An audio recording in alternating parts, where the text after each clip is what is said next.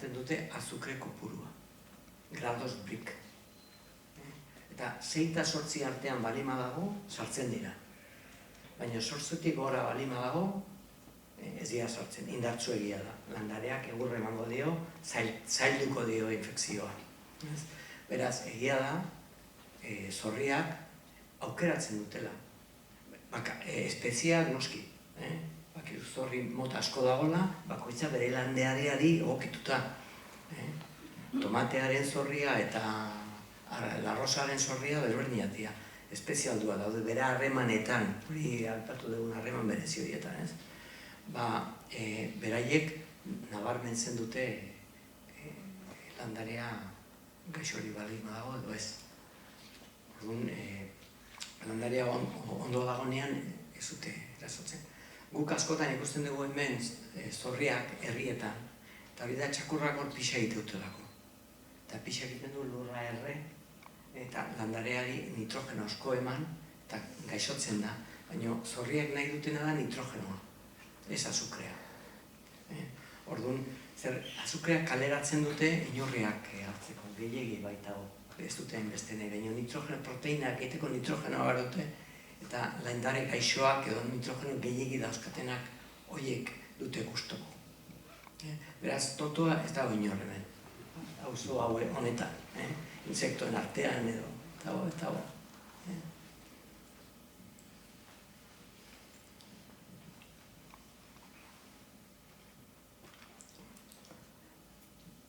Nimo, ez da galderaren bat, proposamenen bat, herriei begirako ekarpenen bat. Zertaz hitzein, ez? Ni gauza txiki bat botako dut, eta hasierri komentatu nion da. Nik ezagutzen dut nire inguruko udaletxea eta hori, eta hori dakate ingenieruak eta teknikoak. Teknikoak jatzen dute soluzioak eta egiten bide bat ingo dugu eta hor mugituko eta beti oso seguro, beti hola eta Hondarribien esate baterako oso zaleak dira zuhaitzak erditik moztutzen. Hola, ras. Eta guzti dituzte. Baina gero, egurra eramaten dute. Claro, egurra hor, txigal urte, hor erle batzuk edo sartuko liateke, eta nola baiteko biotopo bat egingo litzateke, baina dana eramaten dute, ez? Eta ez dute jarraitzen egoera nolakoa den. Nik uste dut, herri nahiko handi batean, Zarautz bezala, Hondarribia bezala, nik uste dut ekologo bat eman beharko litzatekeela, monitorizatzen inguru naturalak nola dauden.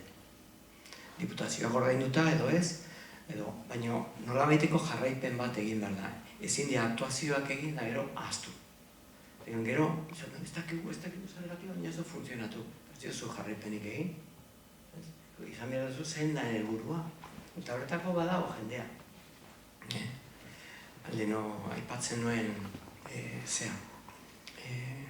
aipatzen nuen anekdota bat, Londreseko Natural History Museum dago museo, zientzia naturaleko museo handi bat. Horren burua emakume bat da. Eta esaten zuen, badagola 10.000 ikerlari euli bat aztertzen, hori Drosophila melanogaster, hori frutako euli hori garapenerako eta begiak nola sortzen dian da hori aztertzeko eta farmakoak eta kanzeren kontrako erabiltzen da ikerla. 10.000 munduan, ez? Baina bere museoa handaukala entomologo bat, 10.000 espezie euli ikasi aztertu behar dituena, eta ezin duena. Beraz, dirua dago lekuetan jartzen dira baliabideak. Baina natura zaintzeko egiten da itxurazko gauzak egiten dira. Itxura ona ematen dutenak, baina gero guztiz eraginkorrak ez direnak. Beraz, egiten duzu parke bat jarraipen bat egin. Aipatuko dut beste gauza bat, hauteskundeak izan dira, Donostin entzun nun berri bat,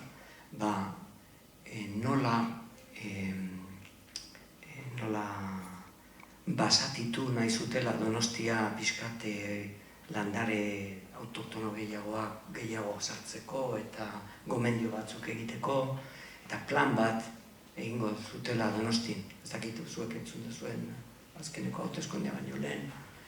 Eta, sartuko naiz. Azkenean da triptiko bat. Arantzarekin egin dago triptiko bat. Donostiko zer egin behar den da. Normalean, inglesez eta den bezala, do it yourself. Zure balkoia nola egin behar dezu, nota bestia. Eta hori da kanpaina. Gau, zuk esaten badezu, Donostian plan bat jarriko dezula. Pizkat landaren naturaltasuna eta loreak eta insektuak erakartzeko, diru prespuestua jarri beharko duzu, baina triptiko batekin ez dezu lortuko. Baina, zer helarazten diozu jendeari, zuk ere kezkatuta zaudela horrekin. Hori da. Guk ere sensibleak gara. Orain, guk konponduko dugu hori, triptikoarekin ez. Orduan, askotan, gertatzen dena da, olako ekimenak egiten diala.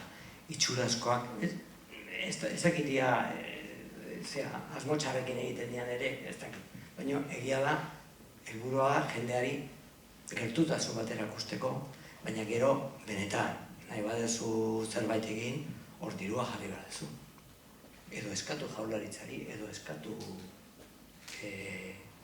aldundiari, edo Europari edo, ez? Baina, horako itxurazko gauzak, ja, nire askotxo ikusi ditugula. Ni behintzat. Pixka bat horrekin lotuta, iruditu zait zenbaitetan egiten ditugula gure kontzientzia pixka garbitzeko edo, aktuazio batzuk, eta ez dakit zenbatean balio duten, esate baterako. Entzuten dut Donostian egin dituztela jardin batzuk edo lekutxo batzuk bereziak tximeletak hurbiltzeko eta bertako, ez zait aski iruditzen, baina iruditzen zait anedota bat pizka folklorikoa bezala. Orduan, ze aktuazio egin genitzake jende, kaleko jendeak, pizka bat benetan funtzionatuko lutekenak edo jendeari... Bueno, galdera oso ona da. Nik ikusi dut Irunen olako gauzak ere bai, rotonda batean, jarri lore batzuk eta hori, baina gero, neguan usten badiezu lore horiei, pixkat bere ziklo biologikoa jarraitzen jendeak esaten du itxusia da, hola. Eta berze gertatuko da, baina gara utzi behar diezu geisten, gero igotzeko, ez da. Baina, bueno, ni uste oso galdera hona dela egin duzuna. Nik uste, importanteena da, helburu batzuk finkatzea. Naiz eta apalak izan. Bueno, guzer nahi dugu egin. Zarautzen problematika ez duzen ikusirik Irungoarekin, Donostikoarekin, Darrikoarekin. Geografia desberdina daukate eta baliabide desberdina daude. Zein da helburu bat? Helburuak hemen. Horregatik ekarri hau itzaldira ez. Ze helburu. Eta helburu horiek jarrita, nola markatuko dugun helburua lortu dugula. Hainbat espezie, martxan jarri ditugula, edo ikusten ditugula, 5 urte o 6 urte gauza hauek mantxoa dira, baina urratsak ematen hastea, eta esatea, urtero etorriko dira, neurketa batzuk egitea ikusteko hau, funtzionatzen dira, eta arazoa joan balima daude, zergatik, ez? Orduan, hori egin beharko litzateke. Ez kanpainatxo batekin eta nik ikusten dudana hemen Zarautzen, beste lekutan ere bai. Gutxi gelditzen dela, pixkat basatia dena, izan daitekeena. Orduan, jendeak, nik uste ezin zaiola jendeari utzi gehiegi hurbiltzen, azteko. Jendea joaten bada hortik, zutzitu dezakete edo, ez? Orduan, hori izango litzateke lehena, baina, klaro, zein da helburua hor? Zientzilari batzuk joan beharko liateke, ezu hemen espezie hauek aurkitzen dira, eta zaindu beharko ditugu horrela. Eta horrela egin dute beste lekuetan, konservazioa. Konservazio batzutan zorrotza izan behar da, zorrotza izan behar da. Eta gero, kaleratu edo norbait joan eta argazkiak atera eta erakutsi bian funtzionatzen nahi da, eta biotopo hau aurrera doa, eta denborarekin ikusiko dugu nola errekuperaketa ez. Baina, horretarako helburuak neurgarriak izan behar dira. Neurgarriak. Ezin da bakarrik itxurazko keinuak egin. Gasteiz ez da hasi horrekin? Gasteiz ez da hasi... Nik ez dut asko jarraitzen Gasteizeko, baina nire iruditzen zait oraindik seriotasuna falta zaiola horri, ez dakat informazio gehiagirik Gasteizeko. Uste egin deuela parke desberdinen artean ikerketa bat, ze biodibertsitate daukaten, da horren ikerketa bat gero urtero egiteko gorantzo, berantik. Nik egia esango dizut, ni alde batetik herriak daude eta beste alde batetik dago gure mendiak eta gure basoak eta gure eremu naturalak ez.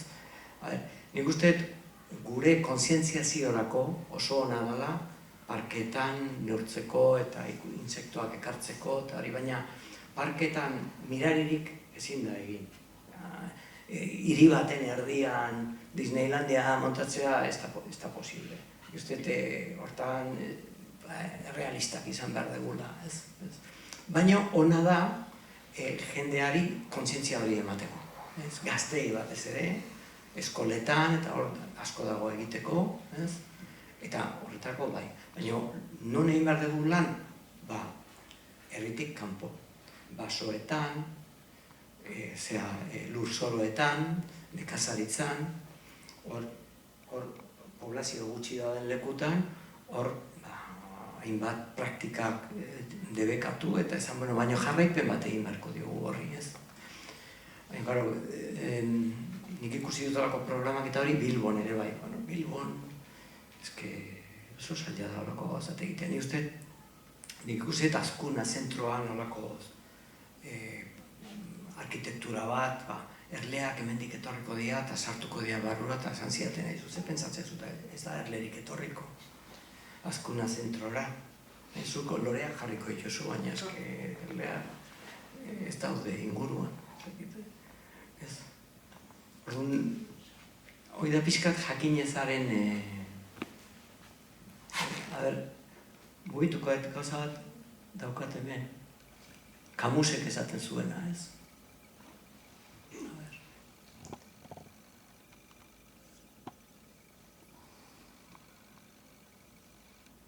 Hau da, por si acaso, galderak eta baleude,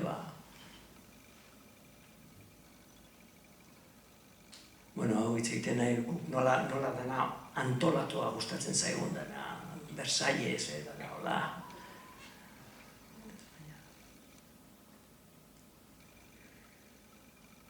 Hau da, Euskal Herrian dagoen intsekto bat, neko arrunta. Ez dugu ezagutzen. Bueno, hau da... A ver...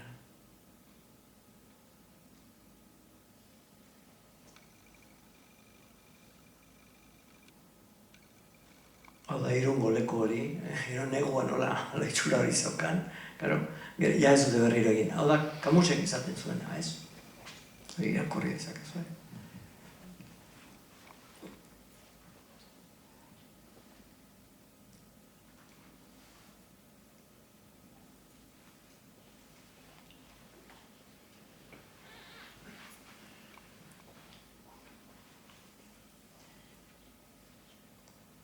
Ulermenik gabeko asmoek kalte asko sortu dezaketela. Orduan, jakin ezada guri daukagun gaixotasun handiena. Hemen gaina eutxi dut baina arte, baina tentazioa eutxiko eta bai eta ez. Hitz egin duzu ekologoetaz eta zarautzen badaude ekologoak, badaude naturkontserbazionistak, eta zarautzen babestutako eremuak ere baditugu plangintza jakin egin. Zate baterako leheno hor biztan jarri duzun biotopo horrek, justu gaina biotopo horren barruko urrezko eremua litzatekeena, ekologia ikuspegitik dunak dira, eta dunetan, badan bezalako eremua izan da, intsektuek izan beharko luke bere biziko garrantzia. Neurgarria litzateken plan bat abia puntuan basun eremu horrek, eremu babestutako eremu guztia bezala, Natura 2000 planetan, zekak izendatzen dira, garrantzia bereziko eremuak, eta horiek badute mandatu bat, eta da abia puntuko egoera ekologiko hori mantendu eta hobetzea. Eta hori idatzita da. Kontua da hori idatzi duena dela, bete nahi ez duena. Eta ez da ezagutza falta, kasu honetan. Da interes kontu bat. Hemen Euskal Herrian, nik esango nuke, badaude ekologoak, badaude ikerketak, badaude ezagutzak, arazoa daukagu, ez dugula asmatu hori balioan jartzen. Eta horren izenean ari diren, balioan jarri ditxosozko esamolde hori, horren kudeaketan ari direnak. Izango da populazioaren interes falta, izango da eurena, baina arazorik handiena horrekin daukagu.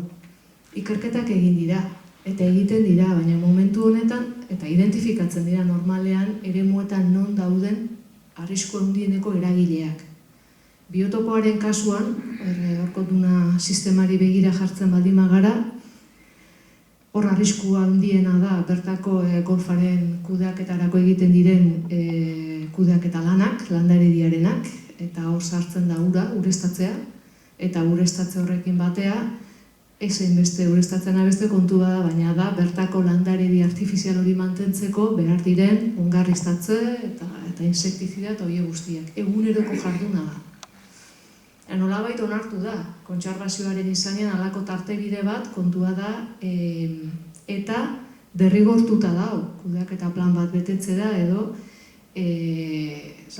erabilera plan bat, aldundia jarri du eremu guzti horrena urtez urte neurtu beharko litzatekena. Erabilera plan hori egiteko beharra 2020-2021 edo zehaztu zen, eta oraindik txosten bakar bat ere ez dugu ikusi. Eta hori da egoera, ez da ekologo kontu bat da, interes arazo da. Kasu honetan, kontserbazioa edo golfa. Beste batean, hartzantza edo larreak, hirugarrengo batean, basoak edo pinudiak eukaliptuak da. Hor sartzen dira interes ezberdinak ingurune naturalaren, konserbazioaren eta erabileraren artean.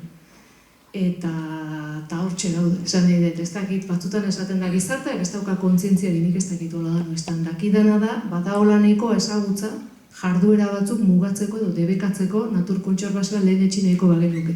Azkenean gure eremua txiki-txikia da, herri txiki-txiki batien bizigea, eta badaukagu ezagutza. Orduan, egon naiteke adoz, baina puntu batean, ez da ez jakintasuna bakarrik, eta ez da ulermen gabezia ere, eta zarautzen azken urteotan nabarmentzen ari dan beste kontu bat lorezaintzarena da. Nik uste gure lorezainek ulertzen dutela. Zein dan, kudeak eta intensibo horien ondorioa, izan biodibertsitatean, izan insektuetan. Problema da, hori etengo bagenuke euren lanbideak daudela arriskuan. Eta hori ulertzera hori txikia. Orduan, ez da hori da ekarri behar direla maila horretaraino. Ezagutza, nik esan nuke, arrisku handieneko faktoreak edo eragileak ekosistemetan zeintzuk diren ulertzeko badakagula. Beste gauza bada, horko funtzio guztiek eta horko harreman guztien arteko harremanak eta horiek ezagutza ez hori ez da hola. Baina arrisku handieneko eragileak bertako biosistema, esan nuke, ekosistema edo eta habitatentzat bada hau.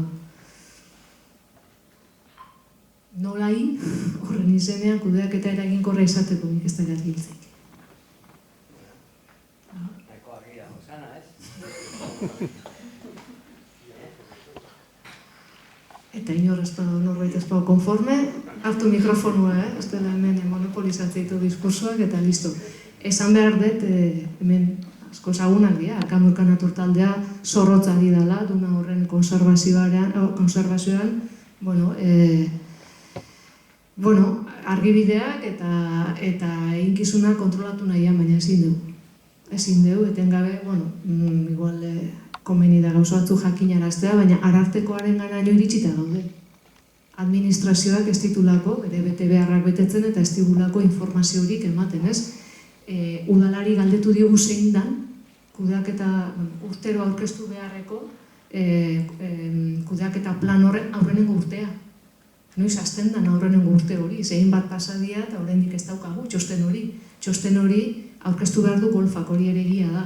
Kudeatzaileak edo gestoreak edo jarduera horren arduradunak aurkeztu behar dio udalari txosten bat, baina txostena udala da hori gauzatzearen obligazioa daukan. Eta aldundia horretarako informazioa esleitu behar duen. Orduan, zirkulu bizioso honetan kontua da ez daukagula informaziorik. Orduan, baditugu araudiak, baditugu legeak, baina horien gainean ez dira egiten normatiba zehatzak. Eta hori gabe, dano gabiz elkarri begira, ez? Ezagutza, nik esango nuke Arkamurka Natural Kartean badagoela biotopo horren inguruko nahiko ezagutza, zer elitzateken egin behar behintzat, ondo mugatzeko. Eta jende ere bai, horri begire egunero da ona, eta ikusten duena hor zer gertatzen ari da. Eta gaina hor badaude, insektu zoragarriak daude, arkanbelea, orko prozesu bere txikitasunean prozesu interesgarriak daude, baina ez daukagu horren ardura bete beharko lukenaren gandik laguntzarik. Hori da arazoa. Itzein. Please. Este neurri impopularra dira. Ez? Kontrako interes handiak sortzen dira. Orduen, akuerdo batzuetara iristeko. Kasu honetan? Adibidez, golfeko egoera eta nola da? Ez, ondar dunak, hori da. Popularrak. Ez? Nik horrela jaso dut eta sentitzen dut. Alegia esaneko genukera gizartearen gehiengo bat golfaren alde dago. Bueno, gehien bat igual, gehien bat ere, ez nizuk esango, gehien bat. Baina, bueno, guk handikan ematen dugu bueltatxua, paseiotxua, eta horrekin konformatzen geha. Gauza bat argi dago, golfaren kudeaketa, golfatek eskatzen duen kudeaketa ez da bateragarria konservazioarekin. Ez da pixka gutxigo egin behar bezula edo ez erabili konposatu hori ez. Belarra, eta hortaz badakit pixka bat, erabiltzen behan belarra motak lurra nahiko legorra egon behar du, gero pelotak ondo ibili dadin, baina bestalde asko ureztatu behar dira, eta oso pobreak dira, green horiek eta hori biologikoki oso pobreak dira, ez? Olako kalitatezko, deituko dugu kalitatezko, olako egoera dagoen belarra mantentzeko, ezin dezu era natural batean hori egin. Belarroiek gainaz hautatuak daude, milimetro oso gutxi ebakita oraindik biziri mantendu daitezen.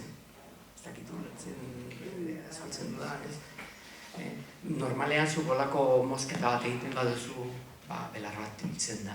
Baina horiek ez, horiek hautatuak daude, unibertsitatea daude estatu batuetan urtez urte belar motak berriak atatzen dituzena genetikoki mutazioak egite dituzten hori aguantatzeko eta milimetro bat, milimetro bi egiteko eta diru asko dago hor bat tartean. Orain dela urte asko joan nintzen kongreso batera Puerto Banusera, golfetaz eta konpost batzuk egiten zutela eta galdetu ziaten hitzaldi bat emango nuen eta ikusi nun golf eremu bat gauez jolastekoa zela. Joten zarten zeinen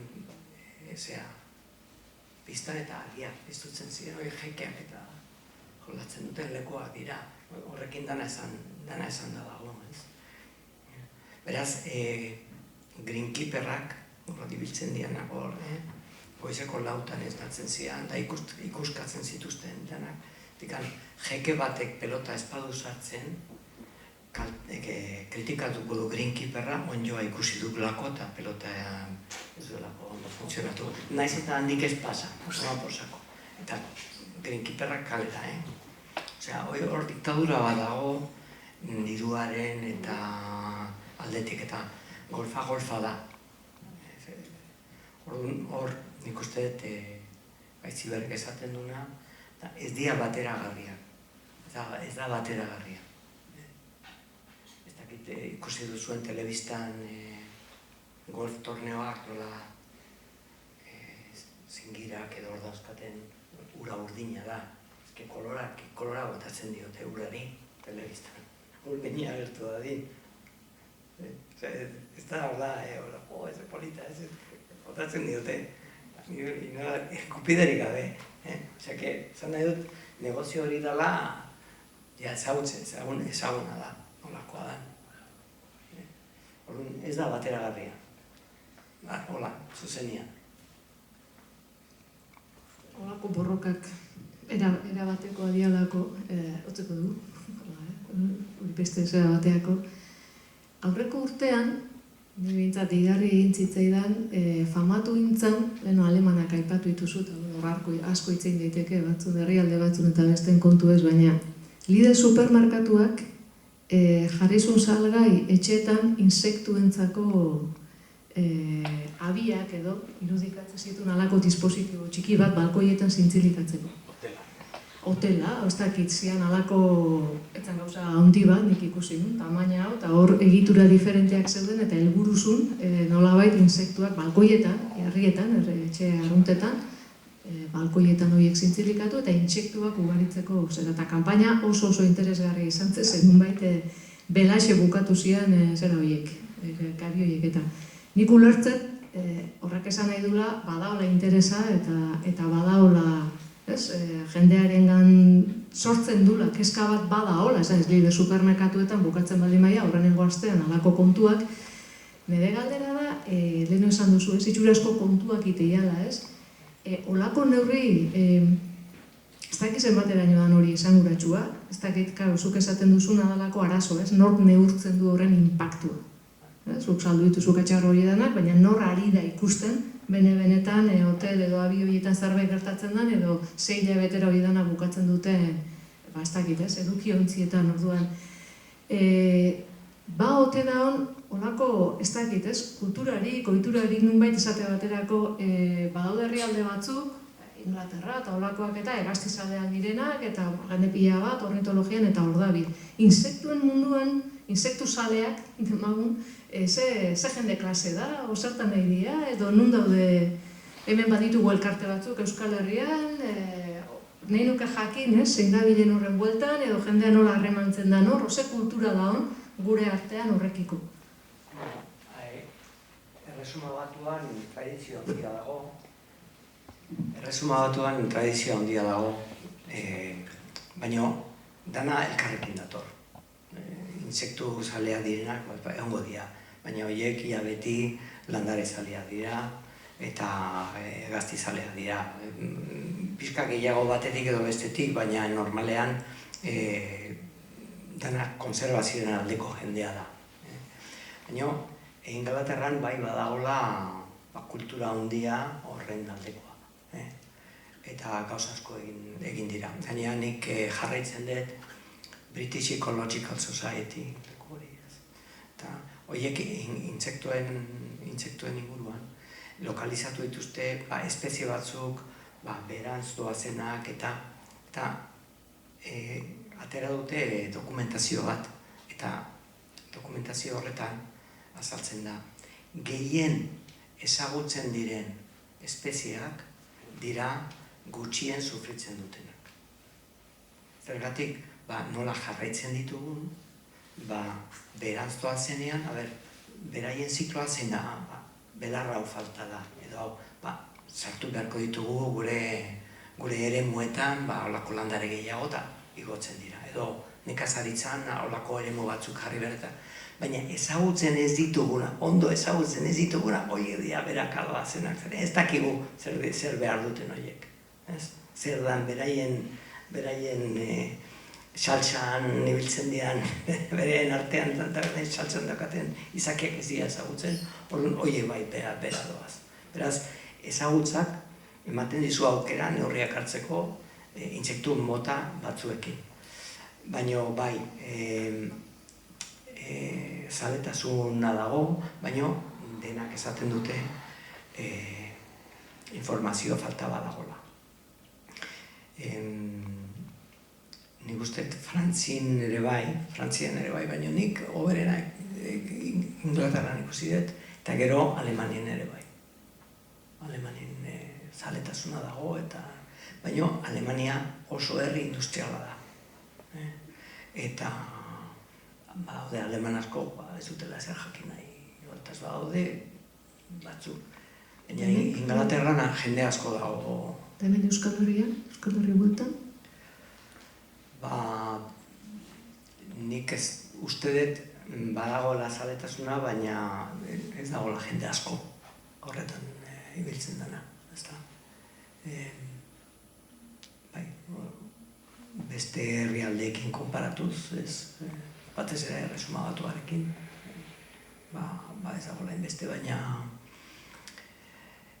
borroka berdina da leku guztietan.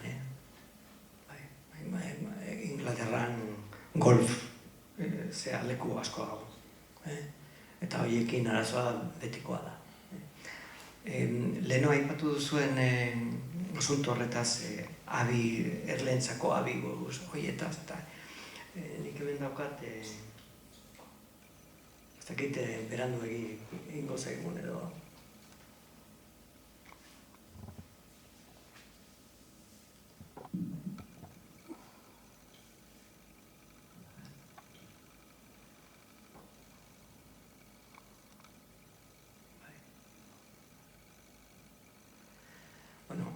Historiaren hasieratik, zibilizazioetatik, beti gustatu zaiguna da gure eremua kontrolatua izatea. Etxekotzea, etxekotu kanpokoa. Hau da,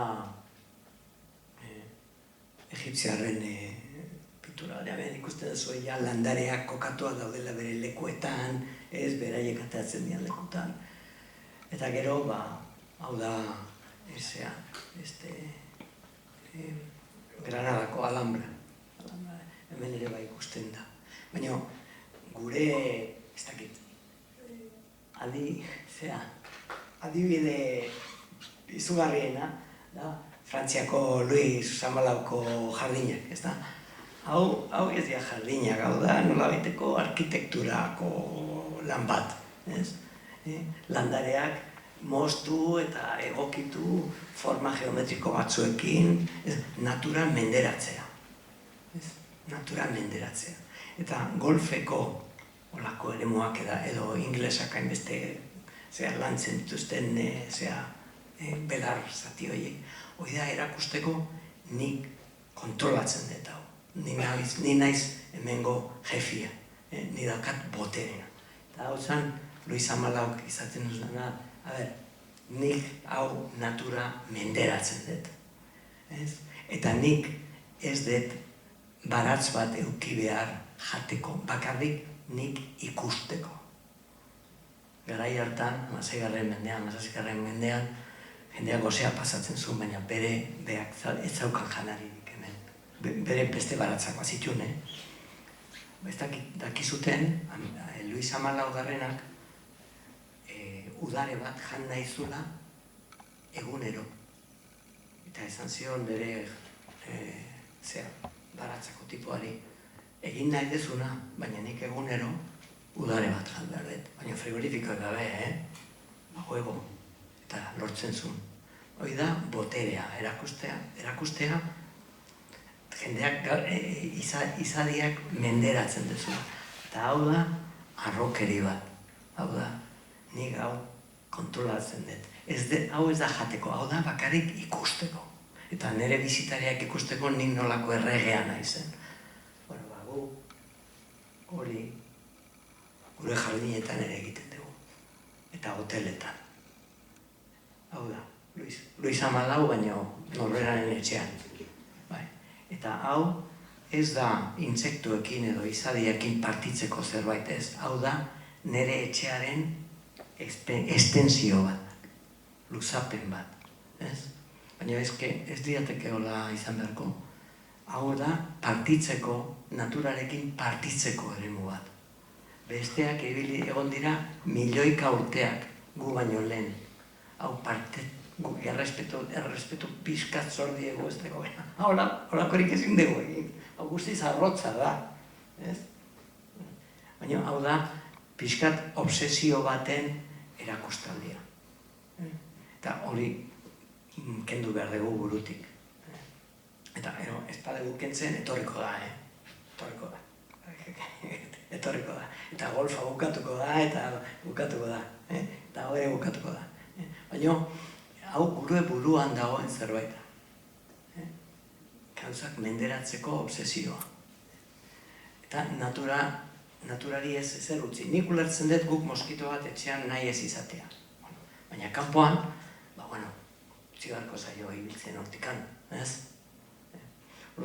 Hau da, intolerantziaren erakustaldi bat. Etxeko saloiaren luzapen bat, ez? Dana geometrikoa, landarea dana moztutako, danak sufritzen nahi dira horrela. Orduan, hori gure mentalidadean barruan dago. Ikasi behar dugu eta hezkuntzak erakutsi behar dugu ere, badagoela beste modu bat gauzak egiteko. Hau da, erdibideko zerbait, baina badaude oso leku ederrak, naturalki, bere ordena bilatzen dutenak, ez da. Beraz, hori gai kultural bat da. Nik alderatxo bat.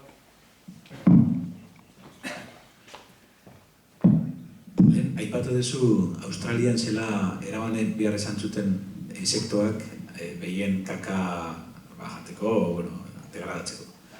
Nik entzun dadakat, ja aspaldi da, 15 bat urteo, hemen lehen mentira juten zinen da hankakin kaka bati buelta ematen zizun da arraspeteta zegoela. Eta gero hasi ziela ematen, ez dakidan, antibiotikoa, o beuren insektoa akainako kentzeko, zeo zer behiei injektauta, eta desagertu ziela kakan insekto, kakalardo horrek. Horren berria zeo zedan, o mejoratu dan, o debekatu dian horrek. Ez da bat ere argitzen. Abereak berebiziko antibiotiko sorta jaso dute. Eta gaur egun, dauzkagun sistemak, nolakoa diran, antibiotikoaz bete lepo ebili behar dira animaliak, hainbeste densitatearekin, denak elkarrekin, antibiotikorik gabe ezin da, ez da posible gaixotasunik gabe egotia animaliak, ez? Hori aztakeri bada, eta zuk esaten dezuna, nik entzun dut produktu asko daudela gero, mindetan eta arkitzen diala. Hori industrializazioaren ondorio bat da. Dana industrializatu. Nekazaritza, abeltzaintza, dena makina bat bezala ekoiztea pixkat, edo ustiatzea fabrika bat izan baliz bezala. Orduan, bere presioa dauka horrek. Badakizu, gero ateatzen dira bakterioak, antibiotikoen aurrean, erresistenteak gero iraunkorrak diena. Eta guk asko antibiotiko gutxi erabili ditzazkegu orain, 40 urtez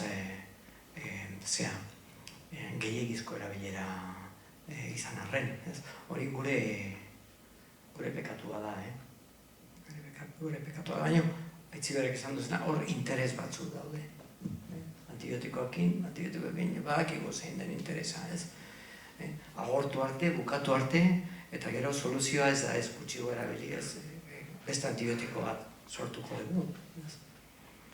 Eta ezin da bukatu, indarroiek agintzen dutenen gainean eragina handia dakatela. Ezin da ukatu. Presioa handia dela.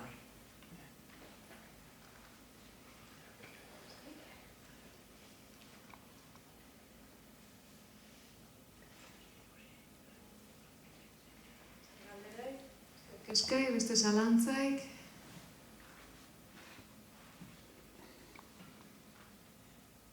Ez dagoela beste komentariek? Bueno, hemen ikusten da ondorio bezala jomartegula esaskunde batera zuzenean, ez? Eta nire galdera da. Prest gaude norbanako bakoitza esaskunde horta juteko edo zebide, galdera bada oso generikoa eta oso zaila, baina azkenean danan norabidea da esaskundea. Eta hor talka egiten dugu, lehen eipatu da bezala, jardinerua aparoan geratuko zian, o golflariak itxeko ditugu, o industria, o mila adibide jarri ditezke. Eta orduan, sistema guztia kolokan dagoela ematen du, eta ez dakit. Nondikan heldu bertzaio, nondikan hasi, galdera oso zaila, baina nik ezakat erantzunik horren aurrean. Ezkenean, erantzunen, hori da, esaskundea baino, hori noiz hasi behar dugu. Goitikan ja beste remerioik ez dakagunean, edo, berez legiak jarri beharko lirateke horrea bideratuta, baina, zein dau prez lege horiek jartzeko, urrengo lesiotan parlamentari bat ez duke lortuko. Nik uste desaskundea edo guk ezin dugu jarraitu azten orain dela 20, 30, 40 urte bezala. Pasaden denbora hortan gerran ondoko garaietan bezala. Tope bat dago. Daukagu nire ustez bi aukera daukagu. Edo kontzientziaren bidez pixkat abiadura jaisten azten geha eta modu kontrolatu batean saiatzen geha edo alden moduan gauzak lehentzen joan, gero benetan kolpea etortzen denean ezain gogorra izan da dein, edo kasurik ez egin eta etorri dadila etorri behar dena. Eta orduan ja hor, nola esaten da, que salga el sol por antequera, hola. Justet hori katastrofiko izango dela, hola gertatzen bada. Argi dago, mentalidade bat dagoela, biharkoa garrantzitsuagoa dela, etxikoa baino, eta, klaro, epe motzeko analizi horiek, esate dute, orain ondo bagoaz, gero gauzak etorriko dira, soluzioak etorriko dira. Nik ez dut uste, soluzioak etorriko dira, hola magikoak edo teknologiak gauz guztik konpontuko dituenik, uste, hori da pixkat norberak bere buruari pixkat engainatzea. Beraz, ados nago, nolabaiteko desaskunde baten fazera joan beharko ginatekela, eta saiatu behar geha lan egiten pixkat konsumo ero edo pixkat nolabaite ajolagabekeria den konsumo hori kontrolatzea. Gaur egun kapritxo asko dago behar posibilizitzeko beharrezkoak ez direnak, benetan. Orduan,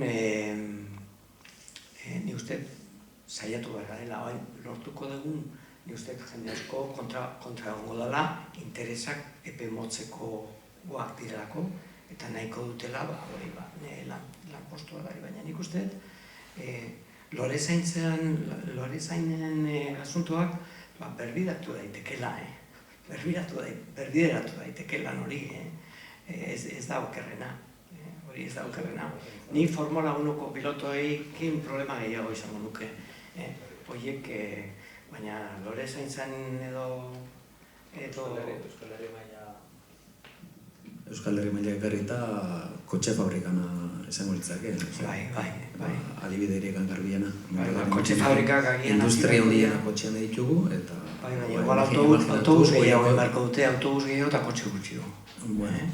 Eta lan ordu pixka gutxiago egin eta... Bai, bidea hortik izango. Olako zerbait, baina kotxe gehiago eginez... Baina Mercedesen 5.000 lan egiten dute eta Volkswagenen Iruñan beste hainbeste. Begira, ni horretako erantzuko daukak. Hola jarraitzen badute, azkenean litioa bukatuko da. Ba. Eta ez dira berak erabakitako zerbait ez da izango dira. Edo litioaren atzetik egongo dira gerra batzuk, eta sartuko gea iztiluetan litioangatik edo kobaltoangatik, olako kupreangatik, olako gozaigatik. Beraz, desaskundea izan daiteke, agian nahiko suabea. Baina, badakizue edozein gauzatik, gerrak montatu daitezkela. Eta olako metalak eta hori espasak dira. Gaur egun aigea errotak egiten petrolioaren energiarekin. Baina energia berriztagarriekin errotak egitea eta berritzea ez da hain erresa. Kontuatu behar geha, oraindik petrolioaren gainean nahi garela, olatuaren gainean nahi garela.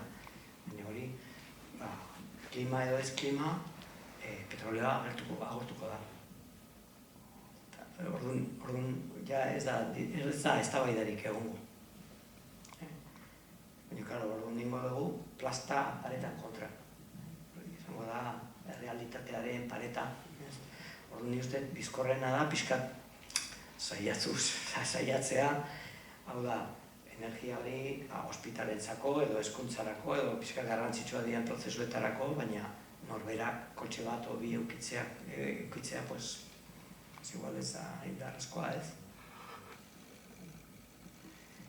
Hortik hasi. Ez dakit intsektutara gueltutu nahi du, oso urruti jungea, asunto beste eskala batekoak dira, eta urruti jungea, orduan. Ino bauka intsektuta gueltatuta zerarik, beste zalantzarik, eskarik, ekarpenik egiteko. Gaia potoloa dela, nik uste garrantzitsua dela, bere horretan datuak hemen agertu dienanik ere lehendik entzun dauzkat, oso azaletik esan dugu, baina 10 urtean naiz eta Alemaniko ikerketa bat izan, eremu jakin bateko izan, eta horrelakoak daukaten irizmena, baina 25 urtean eremu bateko intsektuen 175 desagerketa,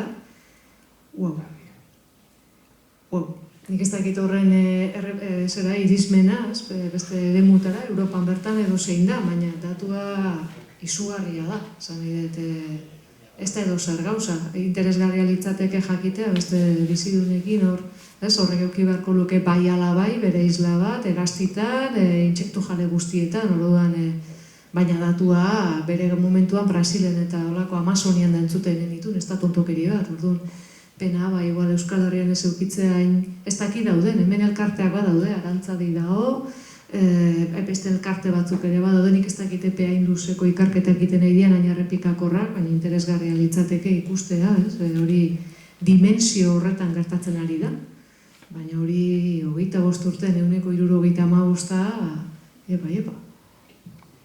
Bueno, nik adibide bat jartzearen zarutza etorrita, oindala 15 urte horrela, enarakin eta lan bat egin nuen, eta oso nizeto jale lehenu aipatu esu nezela aztorrotzak edia, eta hartzain bazarrian, 22 bikote edo horrela konstante urtero etortzen ziren, eta aurten bat edo bi bakarrikan, eta da basarri oso menoendikan ganadua orduan bezala behiesniak jarratzen dutenak, okoilua egurrezkoa, garai batekoa, aldaketarikan eta horrela oso gutxi onda bere ingurunean, eta aldaketa noski ondala, zetik bioindikadore oso nadia enarakazu hortan, eta adibidea zela jartzearen, oindala 15 urte hori, 22 kabiotetik anoen, bat edo bi izatera pasatu dela, eta oso irutu zeidu eta oso kaskargarri.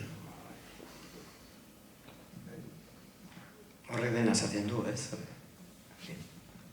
Egia da, ez dela azterketa zientifiko bat urtez urte egindakoa, baina horren kontra edo horren aurka ez da esaterik, ez da.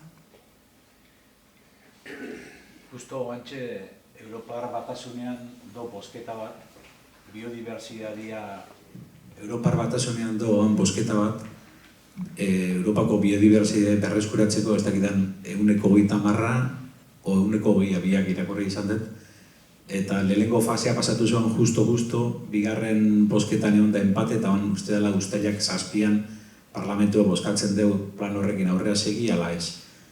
Eta, claro, hor ikusten da ze interes dagoen konserbatzeko o prezipiziotikan salto egiteko berdintzakula.